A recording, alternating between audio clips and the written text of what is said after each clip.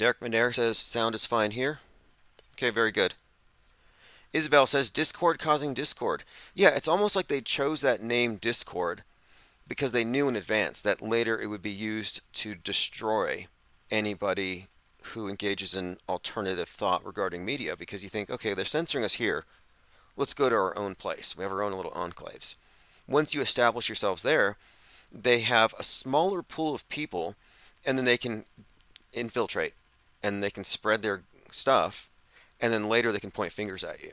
And so that's why I just haven't touched Discord.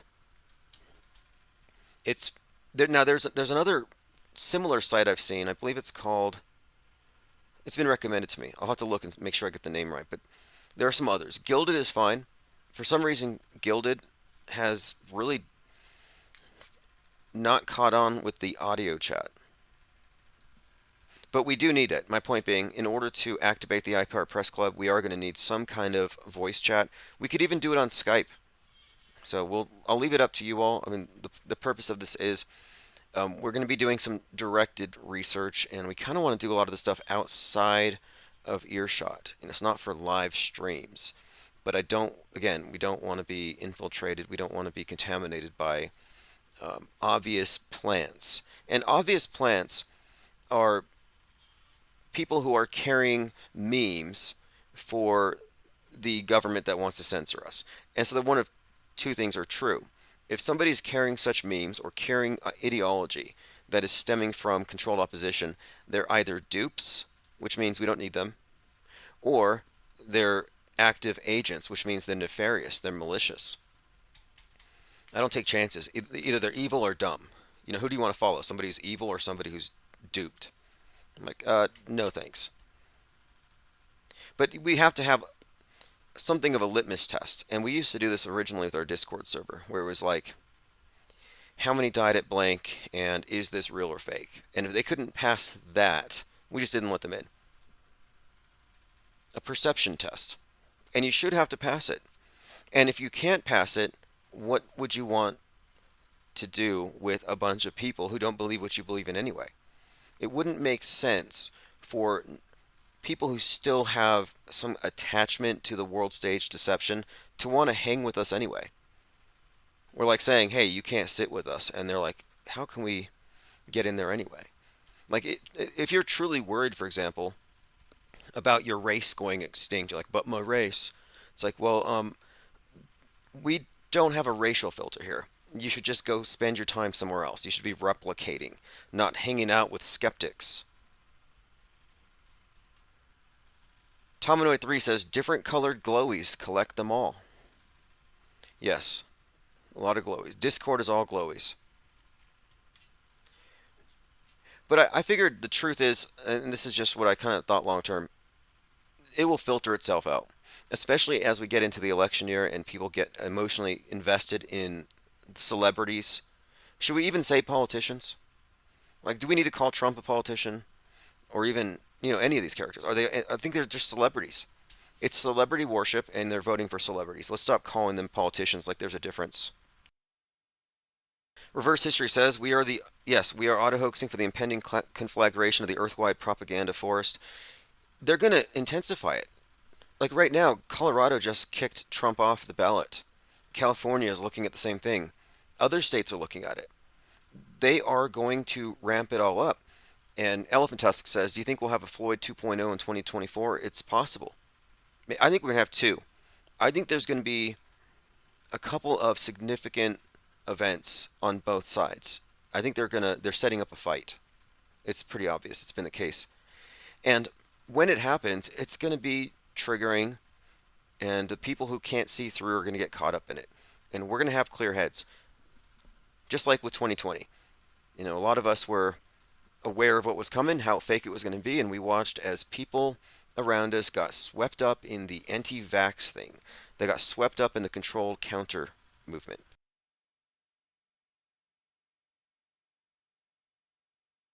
Reverse history says they censored the word Tinder. Okay, auto-hoaxing Tinder. Try kindling. Why would they have censored Tinder? I censored it. I put blocks on certain words. I think we were getting spammed by sex bots in 2021, if you remember. We couldn't have a live stream without 30 or 40 bots coming in trying to spam people to go to different dating sites. And so I think I banned all the dating sites. I just took their keywords. I banned a lot of words that nobody here would ever use, but generally sometimes you come across them. No, anyway, let's continue with this. The movie Civil War hasn't even come out yet, and it's already being called predictive programming for Civil War. We've talked about the crack in everything, the meaning of the kraken as a metaphor, the schism. And I often talk about how perfectly split down the middle everything is. Left, right, how it's beyond just Democrat, Republican, but that it's an actual intentional bifurcated psychological warfare operation. And they've filtered people into two distinct categories, and it's all part of this black and white Hegelian dialectic. Now, what's happening next is they're going to somehow trigger some kind of event, and this Civil War movie seems to be predictive programming for what comes next. And that movie, Leave the World Behind, really kind of made the point in the subtext I think to help the audience or to get you to understand that there's sort of like a subliminal, unspoken kind of war already going on. There's already tension, and that it's going to be exploited. The point of the movie was that the shutdown of the communications was only part of a strategy that involved causing a civil war by allowing the people to destroy themselves, to allow America to just destroy itself from within. And it's like we could be at that point. It looks like that's how perfectly poised we are for this civil war.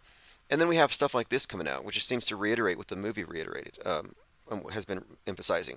The 1619 Project, or the year 1619 and the White Lion, juxtaposed with 1776, MAGA versus BLM, a collision of worldviews that have been made perfectly diametrically opposed. The political horseshoe, far, far, far right, red pill, far left, woke. And the woke and red pill are mirrors of one another. But here's the Biden administration removing the Reconciliation Monument in Arlington. The monument was built 109 years ago to honor post-Civil War reconciliation and national unity. Yep, they just removed it. 109, interestingly, kind of upside down. 106, 109, we see these numbers quite a lot, but anything 16, 106, 611 seems to be associated with this Kraken thing. We've been noting too that movie Leave the World Behind had a zip code that they emphasized 11963. So you have 119, which I've described before as having reference to Genesis, the fall of the Tower of Babel, which is what the movie was about. The communications network, the one world language shutting down, scattering the tongues. Ethan Hawke's character can't help the lady speaking Spanish. So the 119 is pretty clearly accounted for. All of the Donnie Darko references. That's actually the date it came out. And I've been talking about this for some time, the meaning of this number and how often we see it in all these different psyops. Rodney King was beaten for 1 minute 19 seconds, hit 33 times.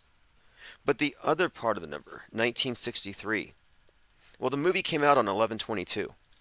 So the Obama produced Leave the World Behind comes out on the assassination date of Kennedy, and the address contains the 1963.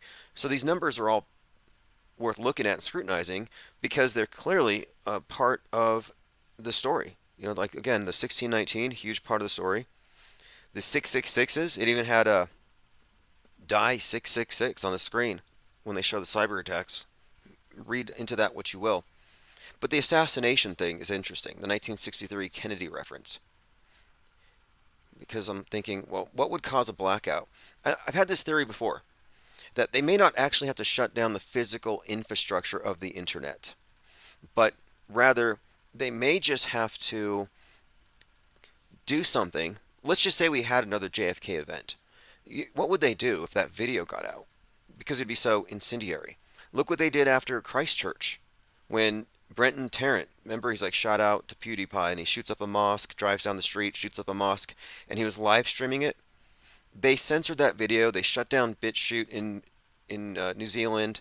They shut down 4chan for that reason, and they threatened with fines and prison anybody who shared the video or who had in their possession that video. Again, this was the Christ Church video where they were using this, I believe, as a dry run or maybe as a test. Like, how can we justify censorship for some loose bit of video, some mind virus that might be very destructive? Well, I think there could be a situation where a video is so incendiary that they have to shut down the internet. That's what I'm suggesting. Spreading the mosque shooting video is a crime in New Zealand. A teenager was charged over a photograph he posted. Few videos about this. Reddit has banned one of their threads over it. Social media races to stop the attack video from spreading. New Zealand debates free speech after this the manifesto, they want to ban that as well. But again, what I'm talking about here is, and what, look, I watched it frame by frame by frame. It's 100% fake. But they use this as justification for censorship, and I thought, you know what? Imagine something similar, but involving, I don't know. I mean, if a similar situation to I mean, the Zapruder film wasn't even aired on TV for 12 years. Nobody saw it live. So I'm suggesting here that in today's environment, media-wise, everything's live. And I could see certain content perhaps being so disruptive to the very social cohesion that they would have to temporarily black us out. So that's kind of what I'm thinking, that Disease X, this big shutdown, may be the result of, imagery of a mind virus, some kind of we'll see. Like, look, think about the impact of the video of Derek Western chauvinism kneeling on George Floyd for 846. If you recall, that was very distressing, very disturbing. Anybody who watched it, it was shocking. I mean, and it makes you want to turn away. I don't turn away because I want to find out if it's real or fake, and now I know it's all fake. But my point is, when it first came out, a lot of people were afraid to call it fake because it was just too intense and you didn't want to get blowback from it. But that's why you have the raft. We don't have any of these fears about what the consensus might think holding us back from calling something fake fake. It's not real until proven fake because people are emotional. It's fake until proven real. I don't care about your fake tears or your tears for fake people. All right, let's continue down the comments. Mizell says, I found IPS 2020. Isabel N., IPS February 2020, the only thing making sense. Yes, when everyone else is losing their heads, we're going to maintain reasoned dialogue. We're not going to be falling for any of these tricks because we're not plugged in to the 24-hour news cycle where every 24 hours you believe what happened yesterday and the next day, just absorb it day by day. That's not how it works. You don't have to believe it until you have enough information to verify that it's true. And if you're not plugged into the rush, you can't be rushed to judge based on sparse information. Maybe you don't have enough information to know it's true. But if that's all you have, and you're in the habit of just assuming it's true until proven false, you're going to be left believing a lot of stuff without a lot of substantiation behind it, which is where most people actually are. All right, let's see here. My Third Eye says 1619 is the 256th prime number. I haven't looked too deep into it. The main thing is that number is associated with this new proposed starting point for America to contradict 1776. John Francis says anything can be faked, even vids that go viral that appear organic. No doubt. And this is what I said at the very beginning about how we have a level of visual illiteracy. That means that if you're not already aware of the fake ability, then you wouldn't actually be able to see it as fake if you didn't have some kind of outside information. It's a closed system. I often describe this as being at a magic show, and if you're in your seat, then you only see things from the perspective that the magician has it planned for you to see them from. And the illusion is perfect from that perspective. It's designed to fool your eyes. It's designed to trick you. And unless you have his perspective or you wandered out of your seat, you would not have enough information to debunk it. So because you don't have the information to debunk it, what do you have to default to? Do you have to default to, oh, therefore magic?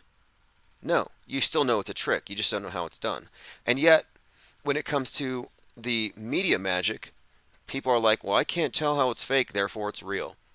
That's not logic. The burden of proof is not yours. Now you can say, well, I trust the media. I think they're just objectively reporting facts. Okay, well, that would make sense if the media was simply recording stuff and sending it back to you for your edification and raw footage, but we know it's not the case. A lot of it is just context. A lot of it is the amount of time they have, the amount of content they can give you, and their bias, their selectivity itself is part of the worldview formation. They're making decisions for you with everything they show you by what they don't show you. It's actually reality curation, and that's what the reality monopolists depend upon. You needing them to curate your reality for you. Costa says Trump will be 77 years, 7 months, and 7 days on January 21st, 2024. The same time, wait a second. 77, 7 months, and 7 days, which would be the first day of his next presidency, right? How old was he when he first got elected? I'm pretty sure on his first one he was 70 and... Let me see if I can find that number here. There's a number of numbers, like 77, 777, that were really connected to Trump in 2016. It seems like it's repeating. Very interesting. Yeah, 70 years, 7 months, 7 days. I see. 58's another one that follows him, and it also connects really strongly to Biff Tannen and Back to the Future. All right, let's go on. I'm talking about the Civil War thing. Another example of where they're kind of building up this change to the zeitgeist to get us thinking about Civil War. Now, why is Civil War so scary when we just had World War III? Like in 2022, it's like, oh, World War III just started. Now it's Civil War is about to start. Like we should be on World War XX by now, as many times as they've hyped it. This is like the 15th Civil War since Obama was elected. Like it's always hyperbole. Pro-Hamas vandals have desecrated the steps of the Lincoln Memorial with graffiti. So you have blood on the Lincoln Memorial. The tearing down of the Reconciliation Monument. The movie Civil War coming out. Trump being kicked off the ballot. And now, let me play this Shattered Union PC trailer. This is something we played before, but it's been circulating again. It's a game called Shattered Union, which makes me think Tom Clancy, The Division. There's so many examples you can give to this reference to a split or the crack. This is Shattered Union PC trailer, and I think it's foreshadowing 2024. Following a disputed election and a tie vote, the U.S. Congress installs the most unpopular president in U.S. history as David... Now, one more thing. This came out originally in 2008. So, no, 2011. Okay, so this came out a little while ago, but it's about a disputed election. So it even kind of foreshadowed 2020. And a tie vote, the U.S. Congress installs the most unpopular president in U.S. history as David Jefferson Adams becomes the 44th President of the United States. Shortly after the election, increased unrest, rioting, and a growing number of militias have given rise to ever-increasing domestic terrorism. In response, the President invokes the Homeland Security Act and declares martial law on the West Coast and other areas of the country. Though highly contested, a Supreme Court ruling sidesteps the electoral process, disqualifying popular presidential candidates from several states. Disqualifying presidential candidates from several states. Let me play that again. Sidesteps the electoral process, disqualifying popular presidential candidates from several states. Public outrage explodes when a sham election leads to incumbent David Adams. Okay, interesting. This again is Shattered Union PC trailer discussing something like what we are looking at right now. And I believe they have until the 4th. Tyrone McCloskey says David Jefferson Adams. Why not Samuel Jefferson Adams? Seems like they're adding some J sauce. Interesting. I've been saying since 2021 that we need to start quarantining the 33-year-olds. I actually said this before Jake and Jelly, 33, ran into the Capitol to spear and led the insurrection. Deranged man calling himself Captain America charged after attempting to enter a military base with an AR-15. Anybody care to guess how old Captain America here is? Again, I'm working on a design for my gold stars with the number 33 that I'm going to send to the first person to guess correctly on any of these pop quizzes. How old is the deranged man calling himself Captain America? He just tried to break into a military base. His name is Baruch Roche. And he was just indicted on one count of attempted possession of a firearm in a federal facility. And this is on 11/3. This happened in Tampa. Rome got it, 33 years old. Yep. 33-year-old crazed man. He refused to give himself his ID out. He said he was Captain America. And he tried to get on base. Demetria 101 says Phoenician Z was 7. The letter Z is two sevens, one upright, one upside down. That's really interesting. I was just looking at one of Aleister Crowley's books, Liber Oz. And Oz, O-Z, this book is where do what thou wilt shall be the whole of the law comes from. And it's a statement of rules by which they will live by. And it's kind of libertine, I guess. But I thought it was interesting because it's Liber Oz, but they also call it Liber 7-7 or Book 7-7. I'm like, what does Book 7-7 have to do with Oz? And I was just kind of looking through it and thinking about it, and I thought, it's probably 7-7 encoded into that Z somehow. G33 says there's Z on the Russian Chanks. Yeah, and then World War Z was just playing locally, and I went to go see it. And interestingly enough, it takes place in Palestine and Israel, and it has zombies trying to break into Israel, and the Palestinians hide in Israel. But because they get together, the virus gets in. I mean, it's interesting because it's the timing of that being just shown here locally coincided with the 10/7 attacks. All right, let's go ahead and continue. Again, 33-year-old trying to break into a base. Captain America, what does that mean? Well, I'd say AR-15 is a prop in this little play. Captain America associating patriots with terroristic violence and derangement. 33, well, again, Jake and Jelly, 33. Code Monkey Z, 33. We can go down the list. The common theme is order out of chaos. That's the motto of the 33rd degree, and I think these are chaos agents. That's what the meaning is. They're bringing in chaos so they can institute order. Again, if we had any common sense, we would quarantine 33-year-olds. Is the U.S. in a silent depression? Economists weigh in on the viral TikTok theory. A silent depression. I've been talking about Leave the World Behind and the Matthew Perry connections, and there's more. This 1028 death, an eclipse, his character's birthday being 4/8, the eclipse where America's X'd out, the X across America in the movie on the map of America. And I was saying maybe Matthew Perry going underwater could symbolize this blackout also pertaining to some kind of financial collapse, the Titanic sinking. And it was revealed he was being treated for depression. So I'm thinking maybe depression, even adds to the idea that we're looking at something referenced financially. Tomanoid3 says Captain America led the Civil War. Okay, I didn't know that. Now we're getting some of this. That's definitely a clue here.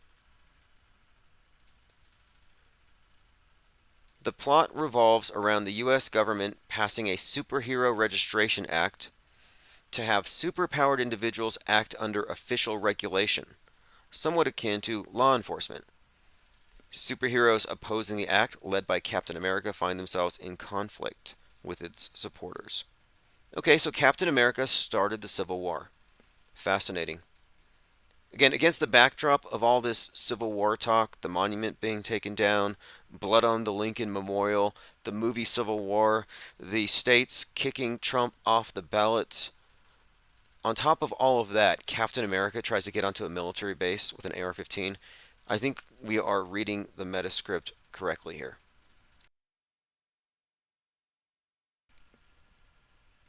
Costa says Trump was in his 777th month when he exposed Obama's birth certificate. Obama was in his 666th month when he left office, same time as Trump was 70 years, 7 months, and 7 days. I've seen some talk about Trump and Obama being 777 and 666, and it's interesting. If you look at this, what does it mean? And one is the Antichrist, one is the false savior, or something like that. There's some kind of story here. Obama's born, his birthday is August the 4th, which is interesting because it's the 216th day of the year, which is 6 cubed. And 6 cubed is 6 times 6 times 6, the 216th day of the year. And Pythagoras said that the 216, that number is the number of years it takes for a soul to reincarnate. He calls it the phoenix cycle. So you have this connection between the phoenix, the 666, and Obama kind of tied in here. And there's something else too. Hakeem Jeffries, the minority House Speaker, has Obama's birthday as well. His birthday is also 8/4. Yeah, August 4th, 1970. Hakeem Jeffries, American attorney and politician. He has been the U.S. representative for New York's 8th Congressional District since 2013. Anyway, interesting here because I listened to him speak once, and it seems like he has this Obama affectation. Probably not a coincidence. Speaking of affectations, I was listening to Tim Pool today, and he's still talking like Donald Trump. You've got to hear it. It's too late for him to walk it back. If he stops doing it, it's going to be obvious that he was doing it. He got in the habit, intentional or not. Maybe he caught a mind virus. Reverse History says, I wonder how closely Baum's Wizard of Oz theosophy relationship connects to Libra Oz and Osiris. Haven't looked into it. Interesting.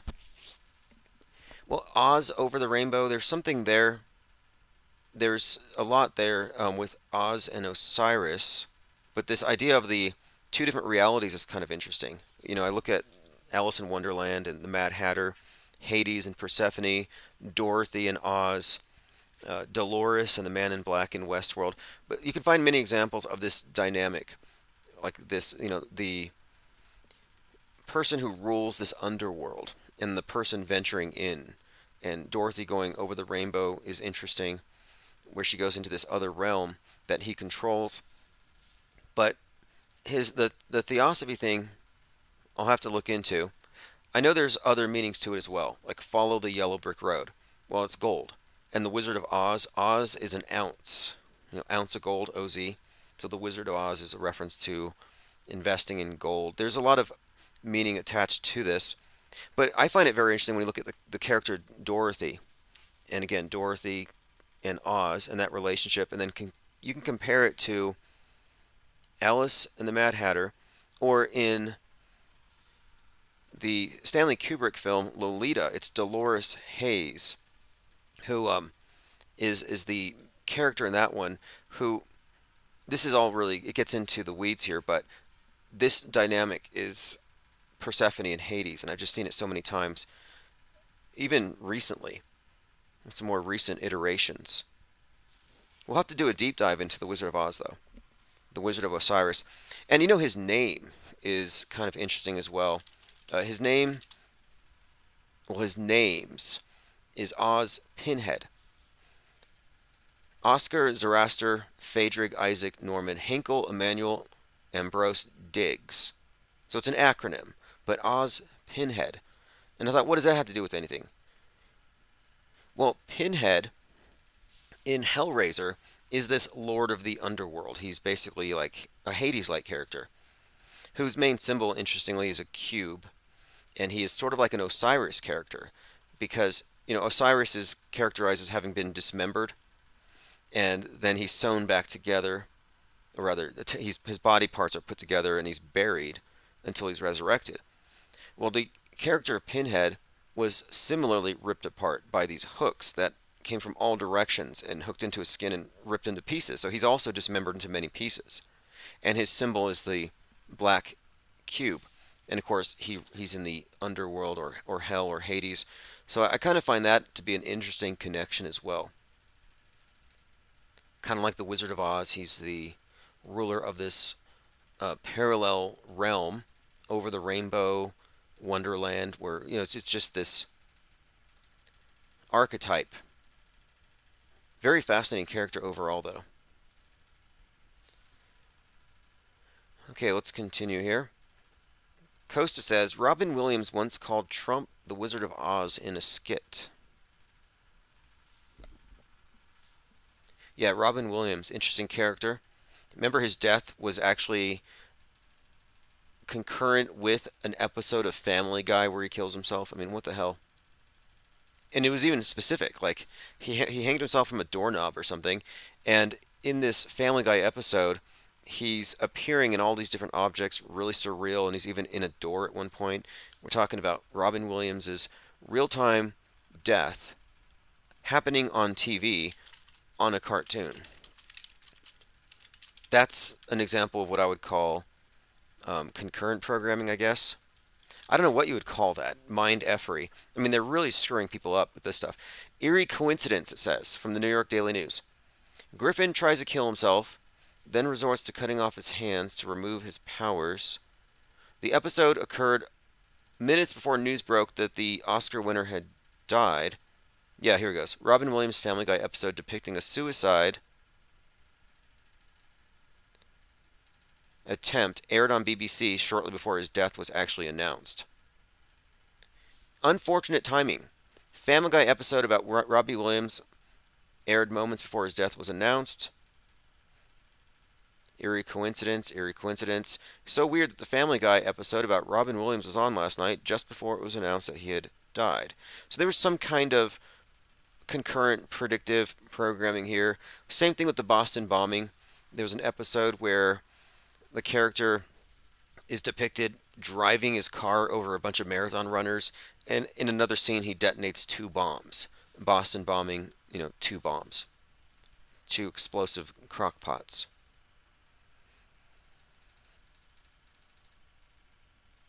Okay, going through your comments.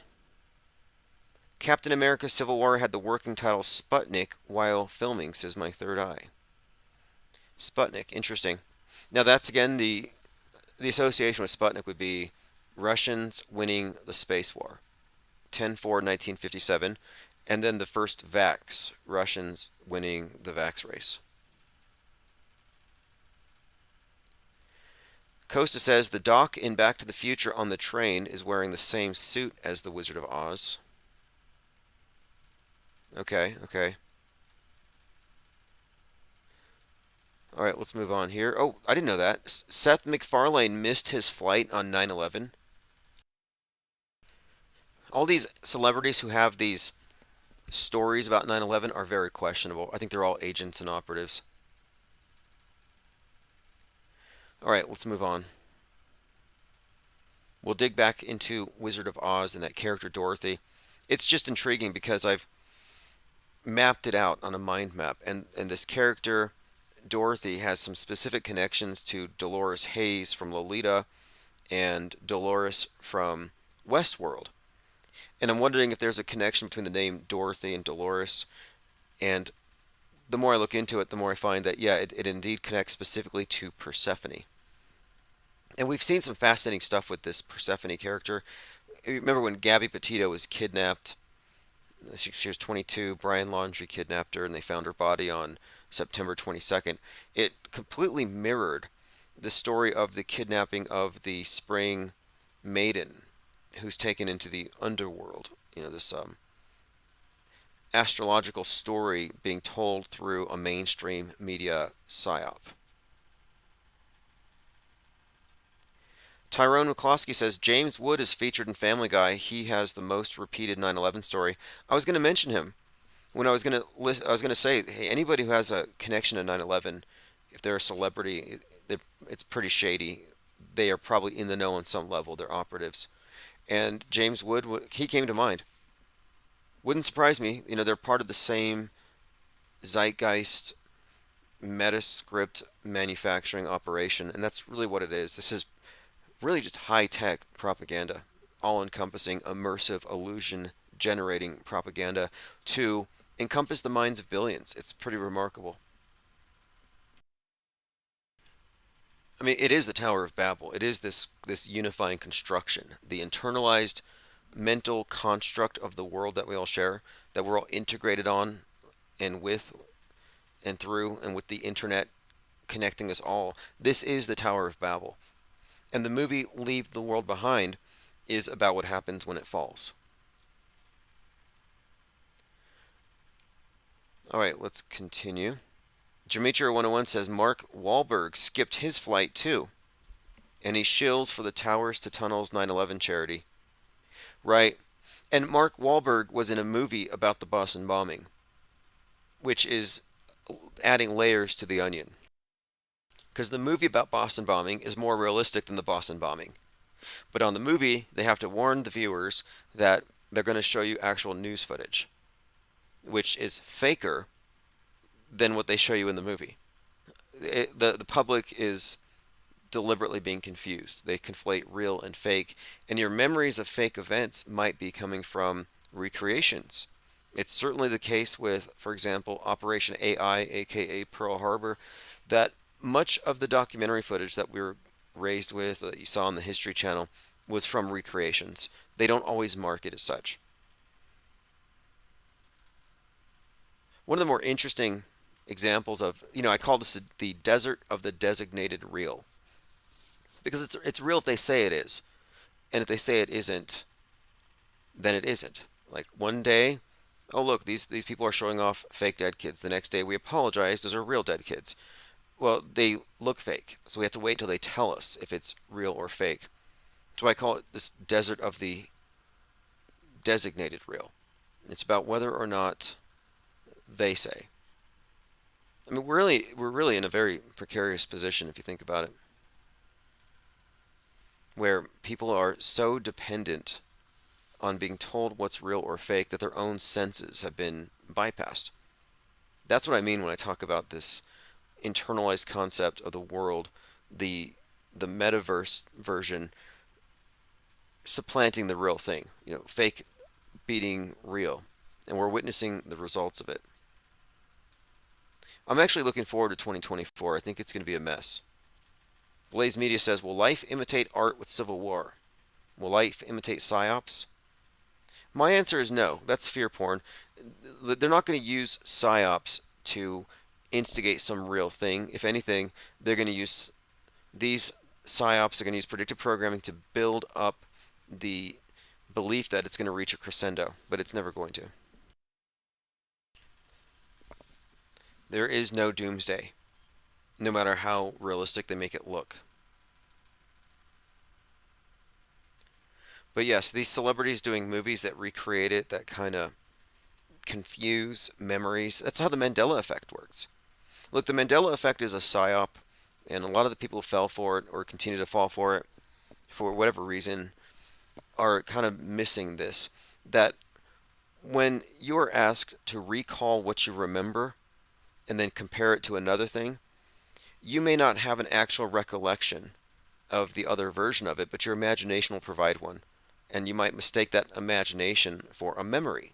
It's about putting these things in the same context and then confusing it and conflating it with a memory. And I think that a lot of these dramatic recreations have the same effect.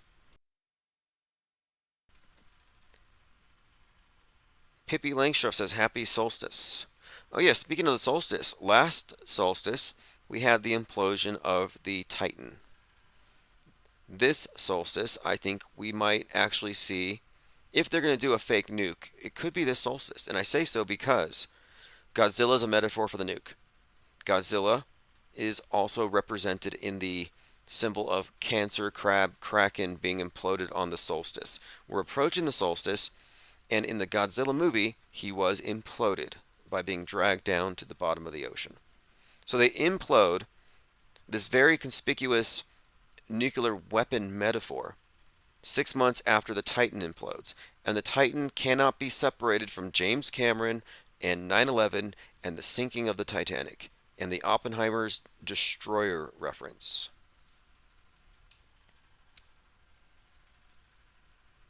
So this solstice again was also hinted at in the movie Leave the World Behind, where the rich guy with the bunker said, "Take care of yourself this solstice."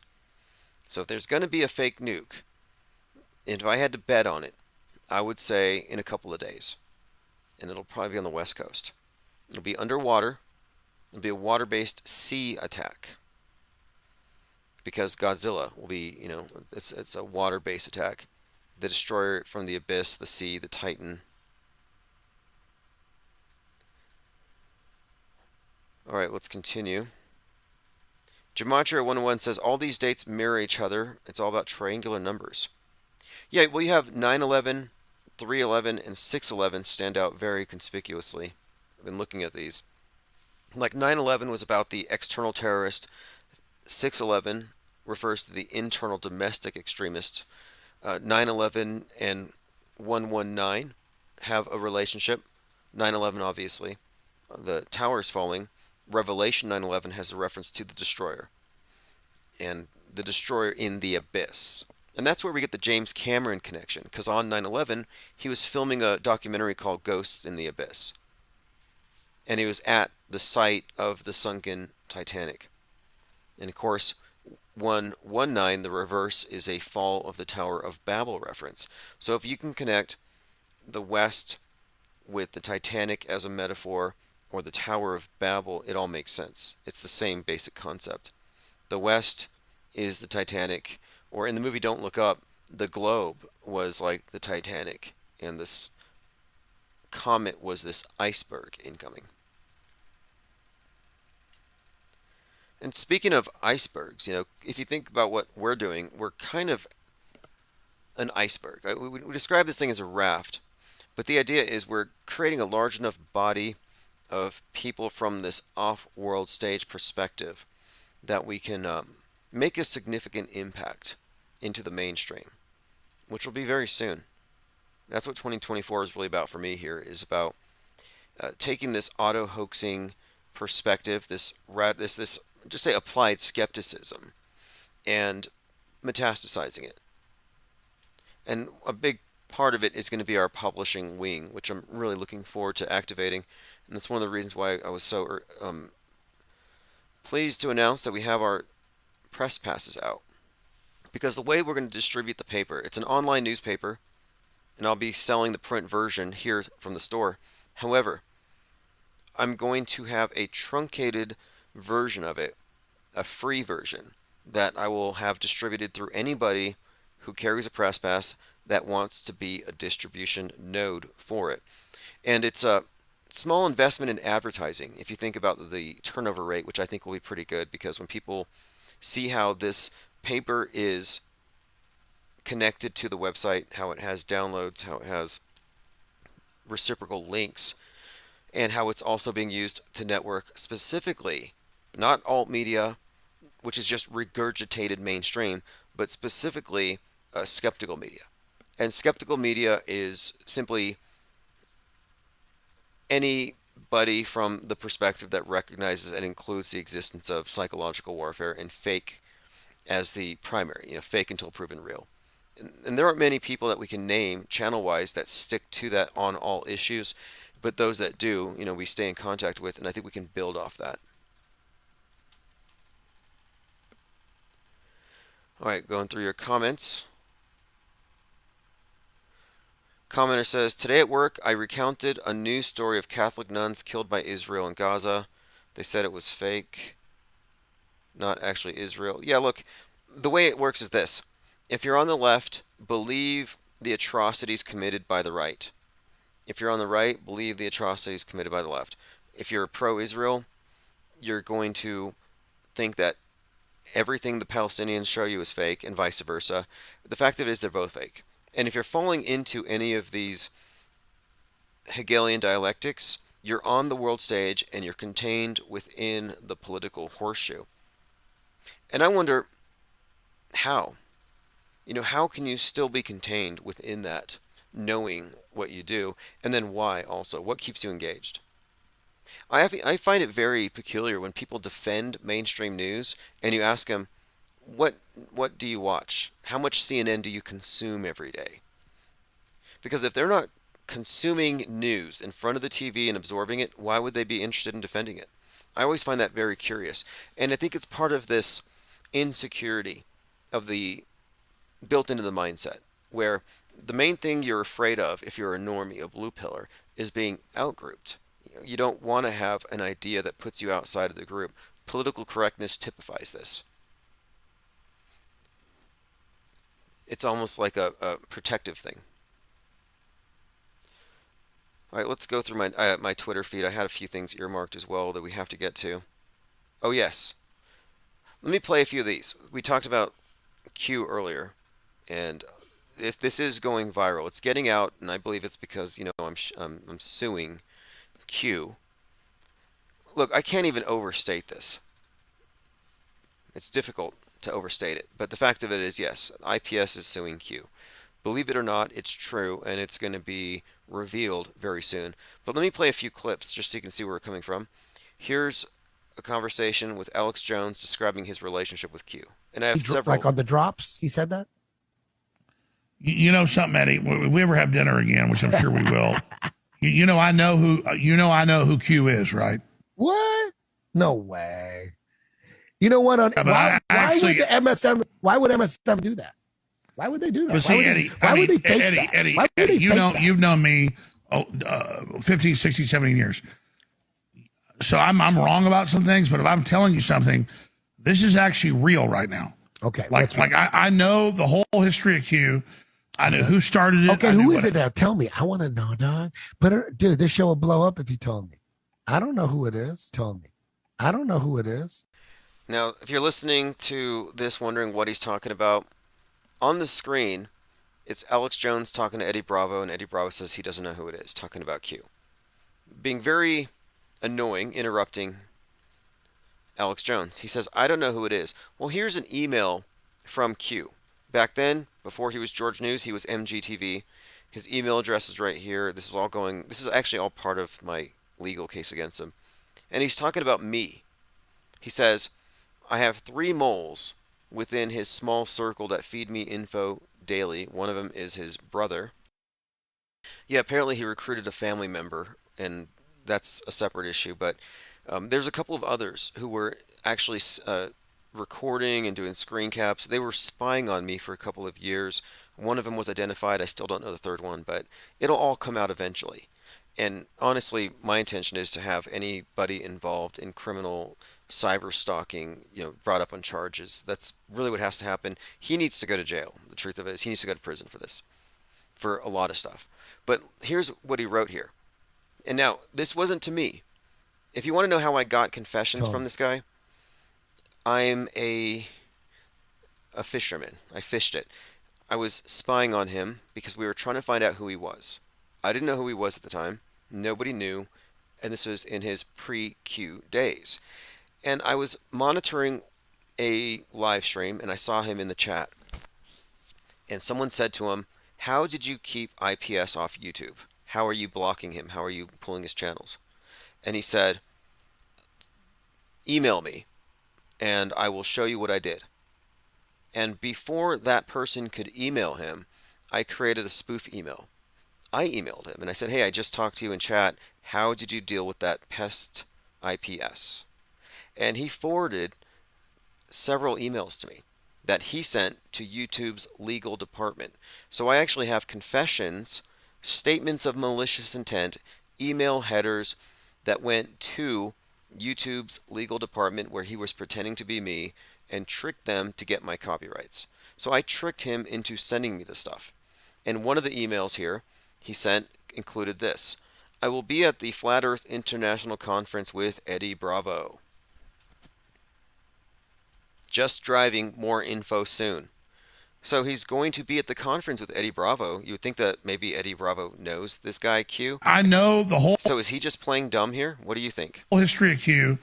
I know who started it. Okay, I knew who is what it now? Tell me. I want to know, dog. But dude, this show will blow up if you told me. I don't know who it is. Told me. I don't know who it is. Told me. I don't know who it is. Who is Well, it? You here's know the his deal. name? You know his first and last name? Will you let me tell you? Oh my God. You're gonna tell me on the show. Dude. Now, they drag this out for 3 minutes, and Eddie manages to keep Alex Jones from actually naming him. And Jones says, I'll Name? tell you over dinner next time we're hanging out with Joe Rogan. Okay, now here's another video. Alex Jones talking about putting pressure on Joe Rogan to dox Q. This is yeah, that's what it was. It was basically he was putting When was the last time? he was putting pressure on Joe Rogan to release the name, or he would first. This was actually in 2021. I have collected a number of times where Alex Jones has point blank admitted that he knows who Q is and that he's withholding the information, that he and Joe Rogan know it. And that's a big deal. There's some significant implications to this. If you really think about it, one, you take away Trump's plausible deniability.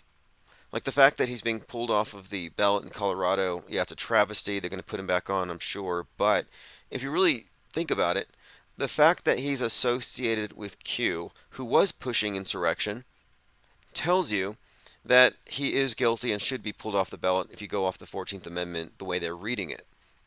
But that plausible deniability is shielding Trump from culpability in the riots, and that's why they want to keep this hidden. This Q guy is in the White House. He's in the White House press corps. And a lot of people didn't want to believe it. Many still don't want to believe it. A lot of people I've shared this information with have ignored it and derided it, but the fact of it is, it's true. Whether you want it to be or not, facts don't really care about people's feelings, and this lawsuit is going to bring it out. This lawsuit is going to bring him out into the open.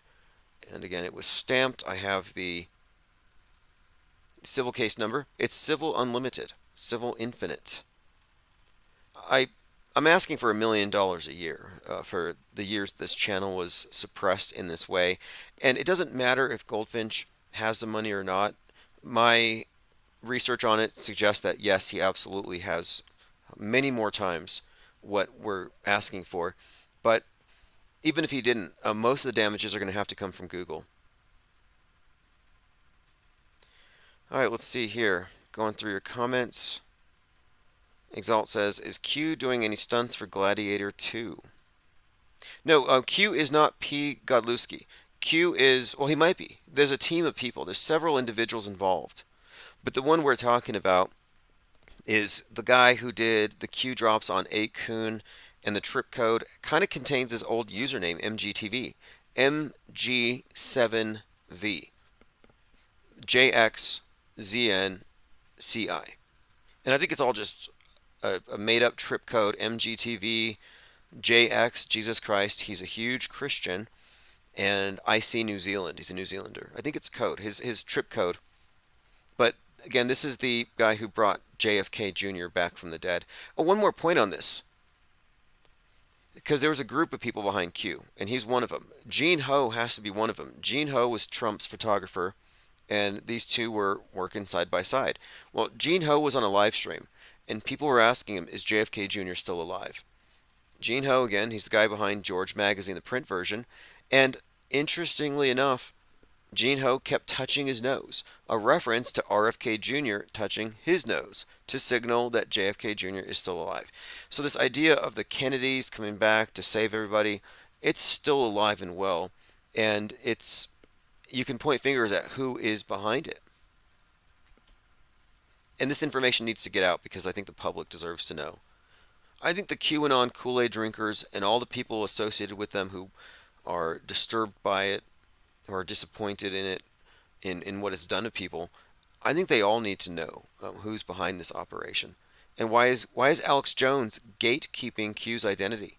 Why is Joe Rogan gatekeeping Q's identity? It doesn't look good.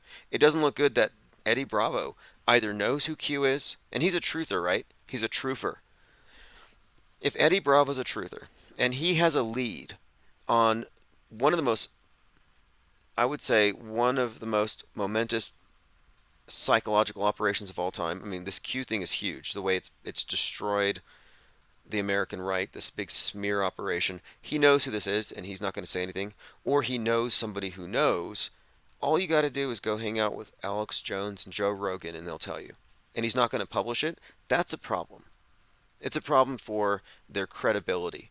If I had information on par with that, I would publish it. You know this. That's what I'm doing. I'm a publisher. I wouldn't be holding it back for fear of betraying confidences. I mean, Alex Jones, I don't betray confidences. Are you sure? I'm pretty sure you betrayed the confidence of every single listener when you flipped on Sandy, the Sandy Hooker thing. When you spent your entire career running laps around one tree to distract them from the forest. You know, it's not like every few years they fake a shooting to influence public opinion. No, they're all fake. There's a forest of fakery, and it implicates the media on all sides, including alt media. And that's what they're hiding. They're hiding the monolith. What they're hiding isn't some covert agenda to eventually take your guns. What they're hiding is the mind control operation itself, which is so big that you can't see it unless you can step outside of the left right partisan political warfare. MG is not the MG show on Rumble. He is George News. And look, I was heckling them and I was heckling Garrett Ziegler about this because I know what I know. And I got Ziegler to come out and admit that he is good friends. He said extremely good friends with George News. That's a big deal. That he know, and not only this, I have not been able to get the White House press corps to confirm for me that Goldfinch is part of them. And I've tried. I've actually tried reaching the White House over this and the White House press corps. I've been trying to get information, and I generally get hung up. But I elicited the information. Garrett Ziegler, he says, the founders of each, George News and Marco Polo, are extremely good friends. One being a staffer in Trump's White House, Garrett, and the other a credentialed member of the press corps.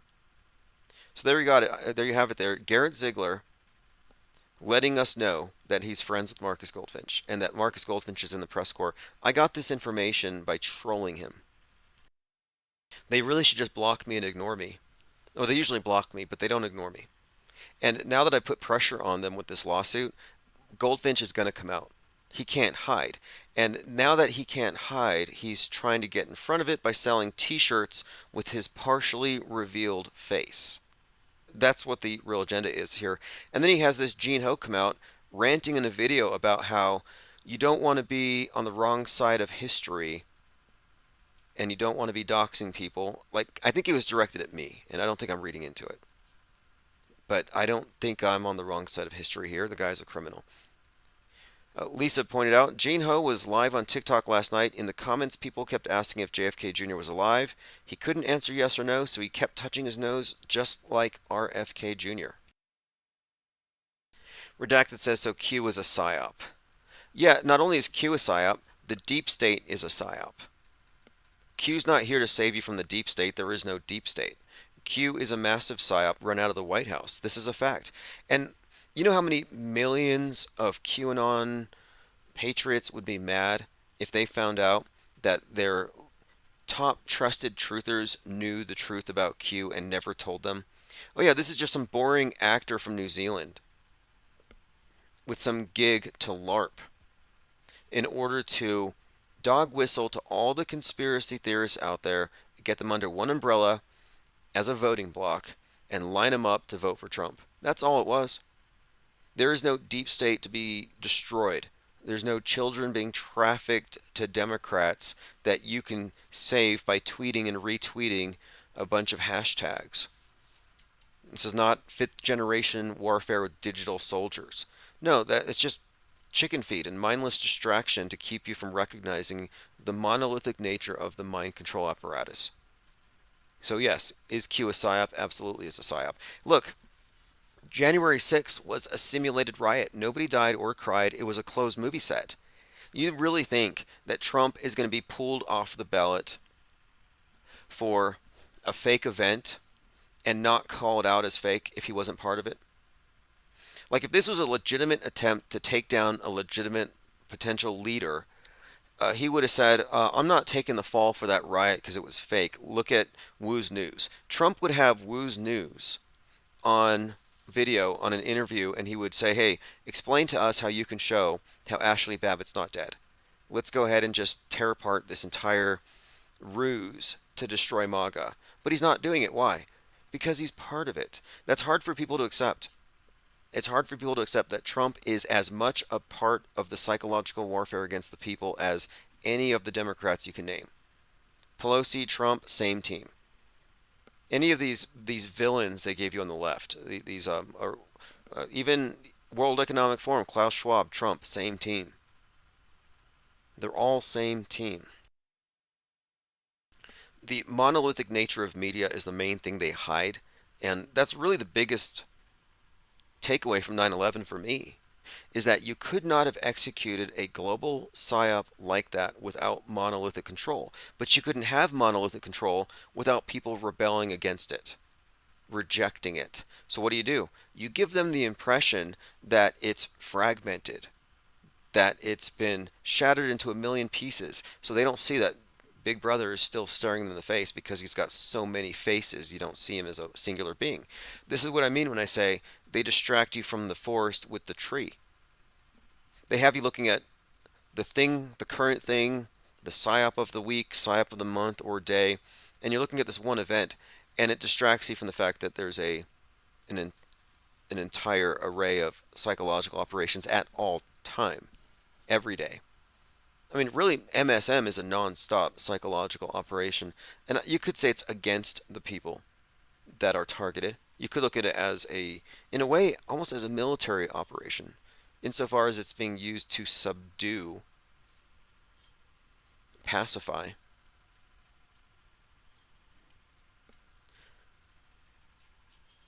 All right, let's move on here.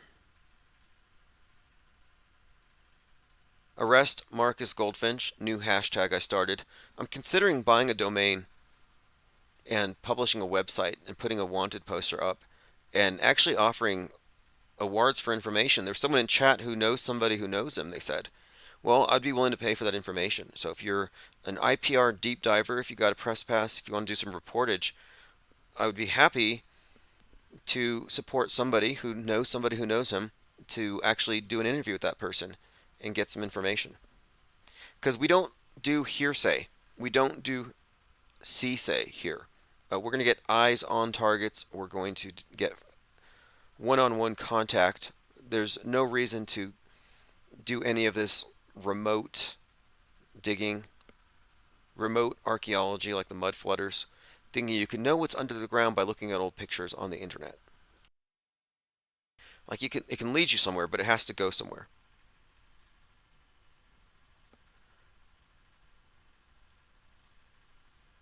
All right, again, if you ordered press passes, you probably got a tracking number. If you didn't, email me at timosman007@gmail.com. Those are coming out. And I have a few ideas. And again, it's going to be a series of proposals, various stories, various things we want investigated. For example, I would like someone to go, and I may do a lot of this myself, to the Neutral Buoyancy Laboratory, where they have the space station simulation in a swimming pool. I would like someone to actually go visit that as part of our overall critique of the space station movie presented as real. If you didn't know, the space station is not only fake, but the spacewalks are filmed underwater. Don't believe me, believe your own eyes. Watch a video of astronauts on a spacewalk. Watch a video when they have their helmet cam on, and look at the lighting. Look at the light loss and diffusion. The light loss and diffusion gives it away. It's underwater. Now, only the spacewalks are underwater. I've heard some gloobers try to misrepresent it and say that we're claiming that they're all underwater. No, most of it's on a movie set here on Earth. The swimming pool here on Earth is where they do the spacewalks only. But the lighting gives it away and they can't walk it back. It's an Achilles heel. And ever since I've been talking about it, there's been a lot of attention on the matter. Even the USA Today did a story saying it's not underwater. It's almost like they're talking to us and trying to refute us real time. Tucker Carlson, the actual end of democracy. That's what everybody's saying about Trump being pulled from the ballot. In some ways, we still don't know exactly what it was. It was not a Trump-led insurrection. The crowd had no guns. They had no plan to overthrow the government. Nothing like that has ever emerged. And above all, Trump was not leading it. He was miles away at the White House at the time, where he issued a public statement. Look, let's just be honest. I know the story. Trump's the good guy, deep state, bad guy. But to say he wasn't leading an attempt to disrupt the proceedings is sort of lying at this point. Like, don't we all know that was the plan? Didn't we all think, those of us who were following it, that Pence was going to not certify and that they were going to provide an alternative slate of electors? And the reason why there was chance of hang Pence is because he betrayed everybody. That was led by Lynn Wood. Like, there's no question, in my mind anyway, that this was an attempt at disrupting the proceedings, causing chaos. Like, that was never a question for me. And now this idea of kind of like, I don't know, whitewashing it, it just doesn't make sense to me. Let me play this clip. This is Alex Jones hanging out with Ollie Alexander, pervert, and Nick Fuentes, groomer. And they're talking about blocking a certification of an election. And this isn't the one in D.C. on January 6th. This is actually a different election. But what you'll hear is, I think, a clue as to what kind of thinking went into January 6th. And you hear Alex Jones trying to control the conversation a little bit. I'm sorry. I'm not trying to. They certify the vote here, right? We're inside. Let's not leave. We're not crowd. No, I'm being serious. We're not the left. We're not going to democratize ideas. That's how we can stop the certification. Listen to me. Peaceful. Listen to me. It's not a bad idea. Listen to me. What? Listen. Peaceful sit-in. That's what we'll call it. Here we go. If the hillbillies make up all the ideas, then we're going to lose the country. Okay, So now put you aside- listen to Ollie Alexander, the guy that grabbed Owen Schroyer's crotch, the guy who works with Nick Fuentes to compromise anybody that gets into America first. Again, it's kind of a blackmail circle. But Nick Fuentes is right there behind Alex Jones. And they're talking about here again a conspiracy to block a certification.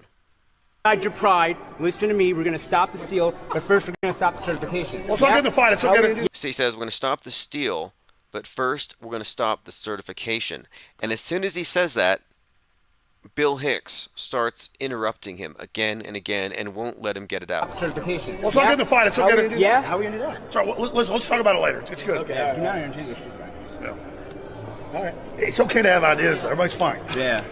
Just an idea, man. Just lose the republic. Well, Ideas are fun. Well, listen. He can have ideas as a private citizen. Yes.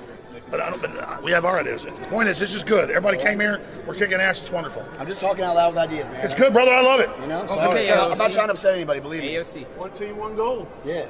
Absolutely. Anyway, let's talk about it later. The word decertification obviously triggered Alex Jones there.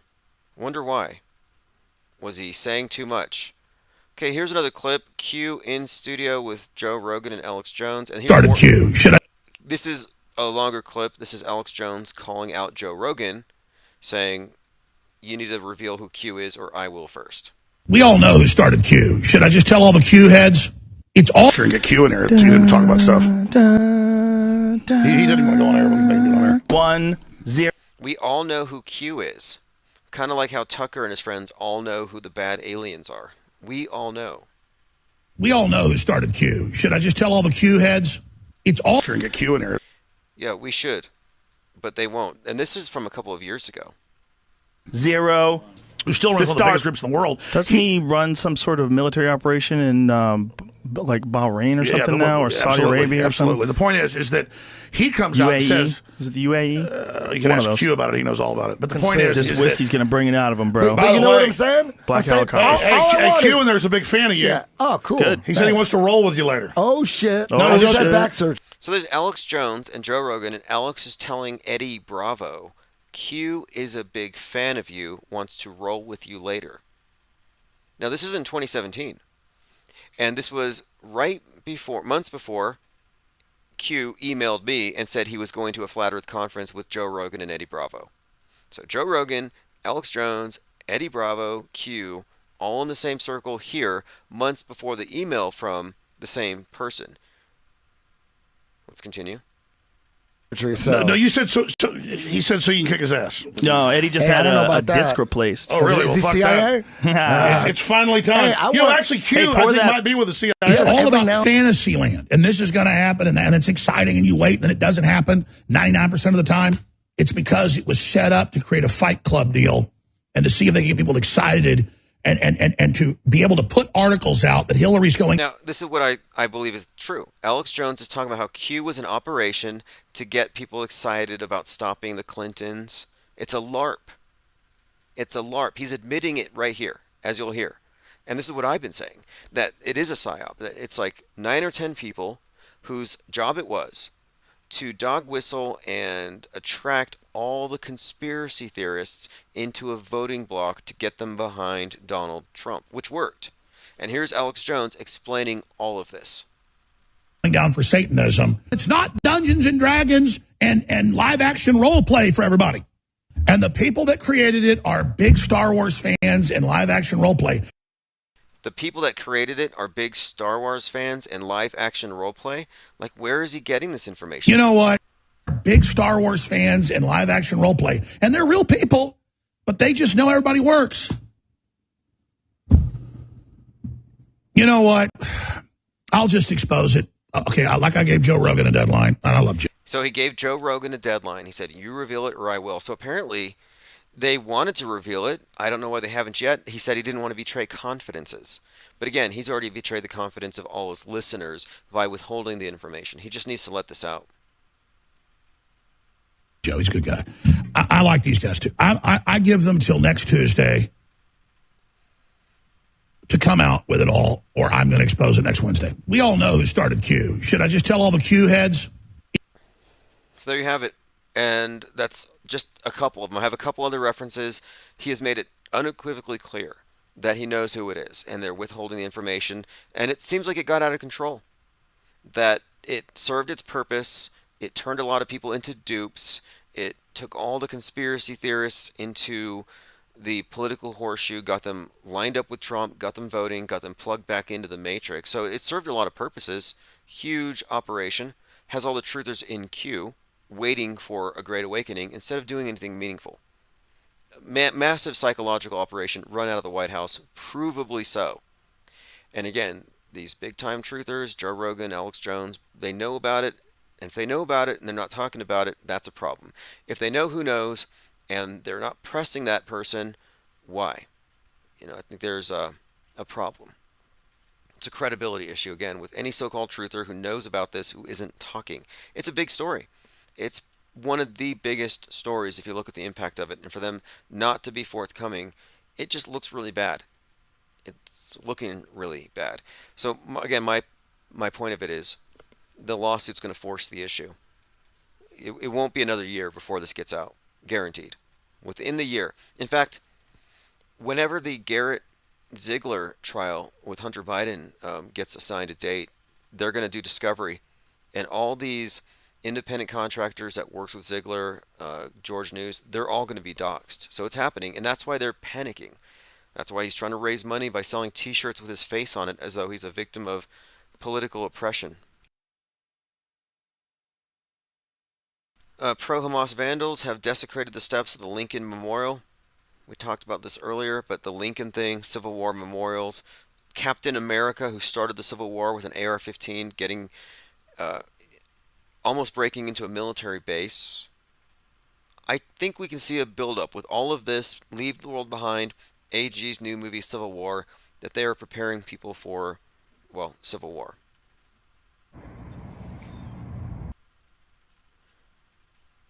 All right, let me go through my notes. This is Jim Brewer, and this is a short clip where he's talking about Biden. First of all, also, I don't think Biden's real. Call me a conspiracy theorist. That's not a human being. He's not. I'm trying to get it out of General Flynn. He won't let it out. No, that's him. Oh, okay. It's Jim Brower at one of these great, what is it, Awaken America tour, just saying Biden's not real. Not a big deal here. This is like an old story, but I just thought it was notable that he's asking General Flynn to tell him the truth, because this is part of this idea of devolution. And what they believe here is that Q is part of the White Hats and they took over already. They already killed all the bad guys. The deep state's already dead. We've already won. But because it's so much of a shock for people, they've replaced the bad guys with clones or actors and doubles to maintain the charade until a time where they feel like they can tell us the truth. So what they're referring to with, General Flynn, can you tell us the truth, is when are they going to reveal it? When are the masks going to come off? When are we going to be let in on it? And the nonners, the Q heads, believe that they have been on the inside this entire time, enjoying the show, watching the movie. So they're sitting back waiting. They're waiting in queue for this great revelation, for the curtain to drop, and it just hasn't happened yet. Just 2 more weeks, just 2 more weeks. They keep pushing it back, and at some point, we're all going to get the truth, or at least that's what they think. And there they sit, waiting in queue for somebody to tell them the truth. It's pretty sad at this point. Very culty. And not culty in a good way like this. This is kind of culty if you think about it. We are fostering a culture of disbelief and skepticism of mainstream world views, the dominant paradigm, and building a community on that premise. That's very culty. But there's a huge difference between destructive cults and, positive cults, or cultures, you could say. And I would say a culture of disbelief in a world gone reality fluid and immersed in subjectivity is actually sensible. The raft is a sensible alternative to the sea of irrelevance. Breaking: Lieutenant Governor of California has sent a letter to the Secretary of State asking her to, quote, explore every legal option to remove former President Donald Trump from California's 2024 presidential ballot. They're really ramping this up, aren't they? Pulling Trump off the ballot. This, again, ties into Civil War, Captain America, and all of that. Again, if you missed it, this has been the news all day. Colorado Supreme Court removes Trump from 2024 ballot based on the insurrection clause.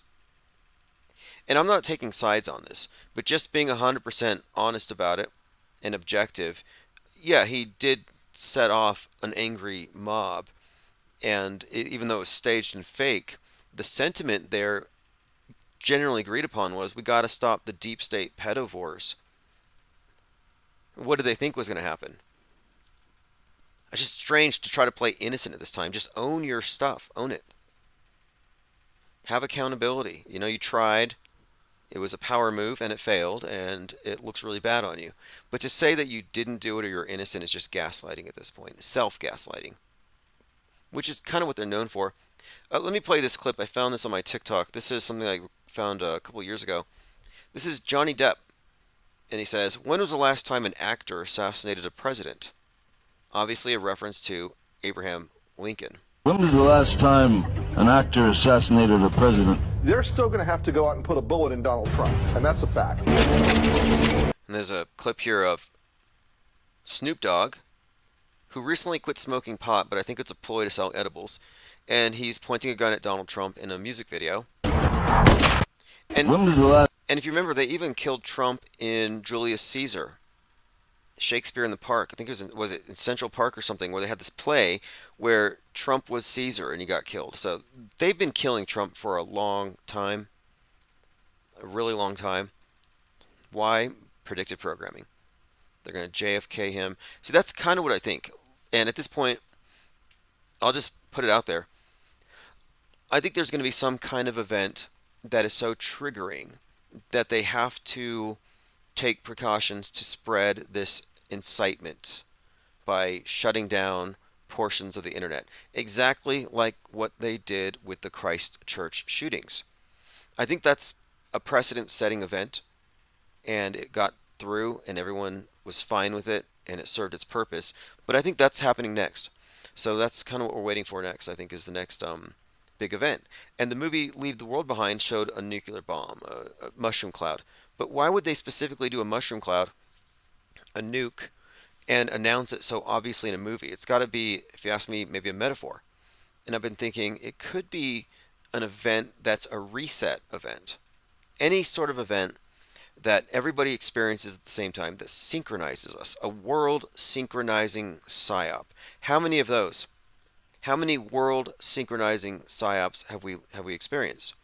I mean, look at the atom bomb, Hiroshima, Nagasaki. That obliterated objective reality. It didn't destroy the world, but it destroyed the integrity of our shared internal world, because now it's being mediated through this mendacious media that augments it with things that don't exist. So in other words, we entered into this augmented, staged reality with the advent of the atom bomb. Then you can look at the JFK assassination or the moon landing or 9/11, these types of things, where everybody agrees that this event happened and it shocks everybody the same way. Everybody has to change accordingly. These are big resets. And I think that we're being primed for a major reset, whether it's a mushroom cloud simulated off the coast of Seattle and flooding or something, or if it's something else, but I think it might be metaphoric. Like, for example, a JFK-like event. And why else would they have associated JFK with Trump for so long, symbolically? Just the immersion of all this JFK lore attached to Trump, then the cult is saying, oh, Trump is John F. Kennedy in a suit, in a costume. Why would they associate it if the objective wasn't to lead here? And now you see Donald Trump with a 47 on the side of his head, because he's going to be president number 47. Well, 47 has some specific connotations. Super Bowl 47 was the Blackout Bowl, 2013. Same year that the movie American Blackout with Obama in it came out, foreshadowing this newer Obama movie. But more importantly, 47 being associated with the blackout is very interesting, considering, again, Derek Chauvin, 47, stabbed 22 times on a Black Friday. Hockey player 47, slashed by player number 22. Black on white.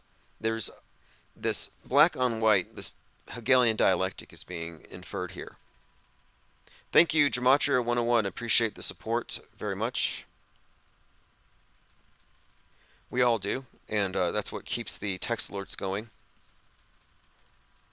Anyway, my point is this 47, this 22, there's been these numbers have been reiterated again and again. And ever since, 4/7, 4th of July, the Highland Park shooter, I've been paying attention to this. And the Highland Park shooter was the guy with the 47 tattooed on the side of his head. And he had an unhealthy obsession with Lee Harvey Oswald. So there's your JFK association. He had Lee Harvey Oswald on his wall. So you have this Oswald associated, or rather obsessed, mass shooter with a 47 on his head, associated with Trump because he's going to Trump rallies. And then he shoots up a 4th of July parade. So all kinds of 47s attached to a shooter, a headshot reference, temple, the side of his head, where Trump wears the 47. And then I've even connected this to Joker in Full Metal Jacket. Full Metal Jacket, Kubrick film. If you do the subtext of it and you analyze the characters, you can see that Joker is actually based on JFK, who was, again, we're looking at Kubrick revealing his role in world stage events. But anyway, that character, Joker, wears a target on the side of his head, right where JFK got shot. So when I saw Trump with the number on the side of his head, I'm like, you know what? That might be sort of a Kubrick-esque reference, if you ask me. But this 47 thing also has another connotation. The, Trump was the apprentice, right? Well, if you look at the structure of the Masonic death and resurrection ritual, which is what we're ultimately referring to, tied into JFK, the killing of the king, right? They come in as an apprentice, but it is in the third degree where they are symbolically killed and resurrected. And in the third degree, there's a lecture about the 47th problem of Euclid. So 47 is connected to that particular ritual. So there's just another tie-in. And another tie-in could be the player number 47 who had his throat slashed. Well, in the Masonic rite, you have what's called the penal code, which is if you spill the secrets, you get your throat slashed. So there's another connection to the ritual with the 47 and the death. And of course, the black and white stuff ties into it. Derek Chauvin, Western chauvinism, getting stabbed 22 times. And the number 22, again, significant. Leader of the Proud Boys got 22 years. Derek Chauvin got 22 years and 6 months. But what is with that? 22 stabbings for 22 years. Player 22 hits 47. Now, 666 months ago, Saran shot RFK. So there's that. How old was he at the time of the shooting? And there was something else about him a couple of years ago. I know he used a... Did he use a 22? I'm pretty sure he did. Yeah, okay, it was a 22. So that was another connection. Saran used a 22 to shoot RFK. There's a story being told in the numbers. I'm glad that movie Leave the World Behind was so ham-fisted, because I'm getting a lot of reviews from people who have never listened to Infinite Plane Radio, have never delved into Metascript breakdown. But I did put an article out about the 1619 meeting, and 1619 was where the emergency broadcast was being transmitted on the movie Leave the World Behind. And if you searched Leave the World Behind and the number 1619 for the first couple of days, now a lot of people are talking about these Easter eggs. But for the first few days, the Infinite Plane Radio podcast on the topic was actually showing up on a lot of searches, and I was getting a lot of hits. And I got a few reviews from people who probably wouldn't understand most of what we're talking about or wouldn't care for it. But look, is the 1619 project a racial reckoning the USA needs? Like this type of thing, 1619 versus 1776, Western chauvinism or the Proud Boys versus BLM. This is the black and white. This is the manipulation of the Hegelian dialectic that they are playing upon. And the crack, the schism, is the dividing line between the two. And speaking of the Masonic cult, they use the black and the white checker floor. I think it represents something because they say they're on the level when they meet. And I think what it represents is that those who are in the know, those who have been shown the light, who have been separated from the profane, who still wear the hood over their heads, who are hoodwinked, those who are in the know are on the level, walking on top of the black and white tiles, which I think it represents they're a level above the manipulation of the masses, that they see through it. They've seen the light, that they're not being subject to the same psychological war. And you could say we're in the same position. It doesn't affect me. Do any of these Psywar antics affect any of you other than just entertaining, intriguing? Are you negatively affected like the normies are? No, because you don't have the same auto belief. You have had the digital hoodwink removed from your eyes. And I didn't do it. You did it yourself. You thought your way out of the labyrinth. Nobody can take it off you. You have to do it yourself. All right, continuing here. Reverse history says disease, solar eclipse, corona X crisis crossing the U.S. from 2017 to 2024 marks the universal mind control spot. Yeah, hey, that solar eclipse crisscrossing America is referenced in Leave the World Behind when they show the American flag cut into quarters, half of it blood red. And Bing Chandler's birthday is 4/8, the day it's completed, and he died on 10/28, which is the date of a lunar eclipse, and it is also Julia Roberts' birthday, and she was in the movie. And of course, he was in the movie as well, indirectly. Interesting day. It's Bill Gates' birthday. It's the date that Elvis got the polio shot on TV. It's the date of the first Q drop. It's also Joaquin Phoenix's birthday, 10/28. And then that environmentalist who chained herself to the tennis court said we had 10/28 days left, and that leaves us until March 27th, 2025, according to their prophecy. Gematria 101 says, great work, Tim, best on YouTube. Yeah, it's the think tank, it really is. We have a great collection of decoders, reality decoders. The best way I can come up with describing this thing is the worldview we've been given has been falsely presented as complete. They've given you a puzzle. You grow up with the puzzle. One of the first pieces you get is the ball Earth and dinosaurs. You learn about dinosaurs when you're a baby. All your cartoons are about dinosaurs.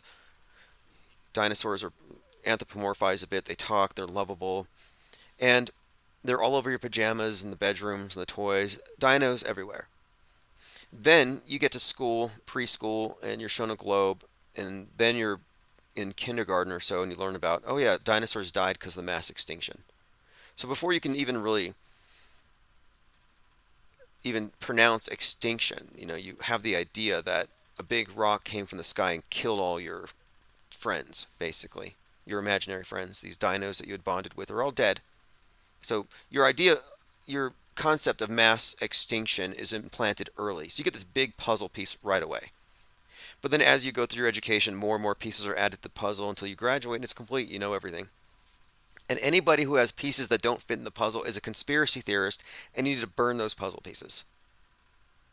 But those of you who've looked closely at the puzzle see gaps because they have forced pieces in specifically to exclude the pieces they don't want you to see. And what we're doing is we are working on this multi-million piece puzzle because one person can't do it alone. It requires a lot of people. And that's what we have been doing this entire time. All right, let's continue. Gematria 101 says, Joker was the logo of the 1717 Masons in England. I didn't know that. So the Templars were disbanded in 1312. They came back as the Masons, and the first lodge emerged in 1717. I didn't know that there was a Joker thing there. I'll have to take a look, though. That's interesting stuff. All right, continuing here. Lickety Split says Jester is mercurial. Yeah, the trickster thing is associated, of course, yeah, trickster, Mercury. That's kind of an interesting sort of tangent, but the word voodoo is not appropriate, or it's not actually accurate, I don't think. But if you look at these like hoodoo, voodoo, these various Afro-Caribbean religions, they all center around it's not their god, but it's like the intermediary to access the spiritual realm, and he's a trickster, and he's associated with the planet Mercury. And I see that very common. Mercury, of course, is where you get the trickster thing, certain archetypes. It also has an 88-day orbit around the sun, if you believe the conventional heliocentric model, which is also kind of interesting because the 88 has constantly been associated with time travel in all these various instances of predictive programming. A lot of 88 stuff associated with Trump. 9/11 has the tribute in lights, 88 lights. And there's 88 constellations in the zodiac, which is like this wheel of time. So I think there may be some connection there. Again, it's from Back to the Future, which has Trump in it as Biff Tannen. but to travel through time, you need 1.21 gigawatts, 88 miles per hour. Cubstar says the dinos have long, complicated names. Some children spend a lot of time learning the names. There may be a mind trick there. Right, and then you go to the museum and you see these sculptures or you see these bones, like, oh, you could dig these up. And it's believable. They don't tell you that these things are made in China and that the actual discovery wasn't as cool as this gigantic skeleton, but it was basically just a toe bone and everything else is an extrapolation. Like, I know how it works. Let's say I'm an archaeologist and I need a grant. I'm going to go to a playground and I'm going to find a chicken bone and I'm going to say, I think this might be from a complicated named dinosaur.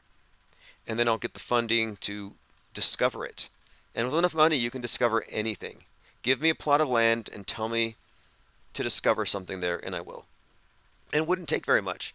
And you come up with a model and you submit it to some factory in China that makes these plaster models, and they set it up in the museum. You get a big press release, and they think, look what we found in your town.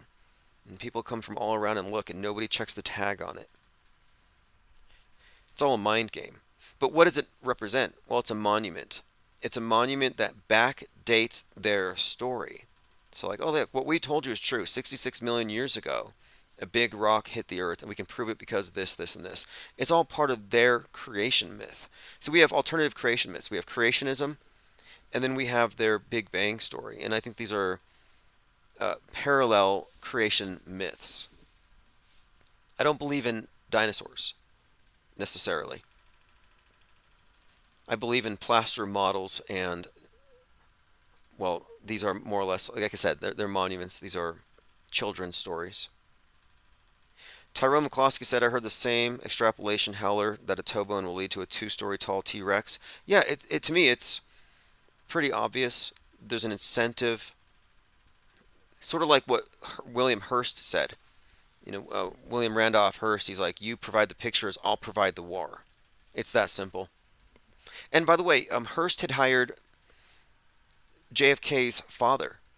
And then JFK, I think he did war photography or something. That was his... let me see if I can find some information on that, because there's a connection here between the Hearst family and the Kennedys, which is very interesting. Yeah, JFK, the military photos from the Kennedy years. I'll see if I can find it here. But there was definitely a connection with the Kennedys and the Hearst family. That was kind of something I was thinking about exploring.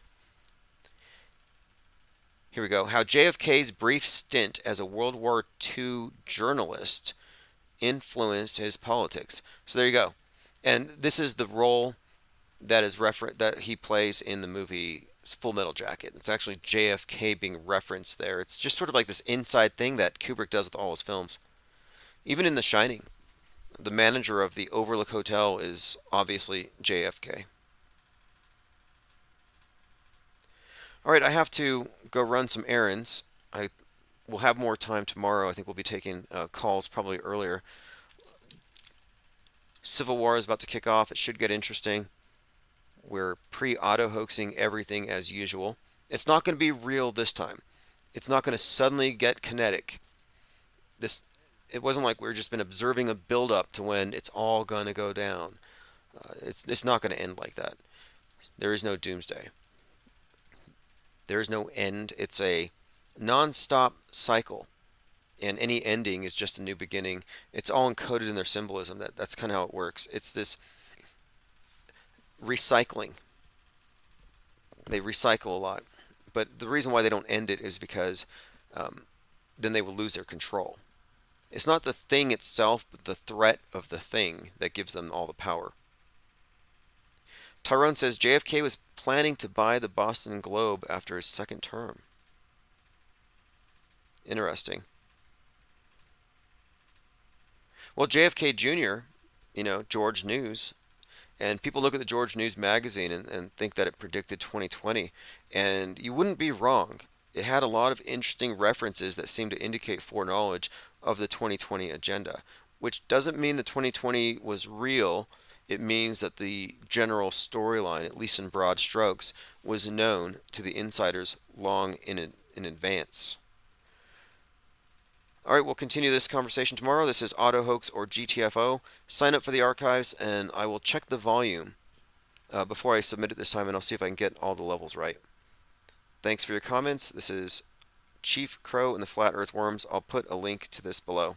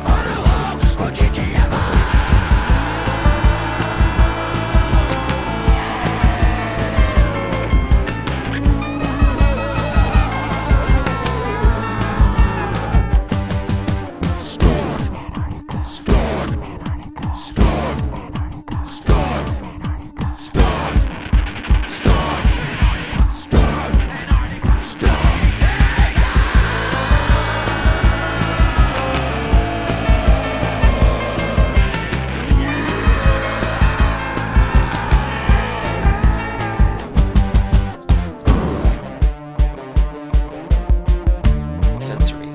No, you cheated the system. D-Boy says, Timmy Tim the realist.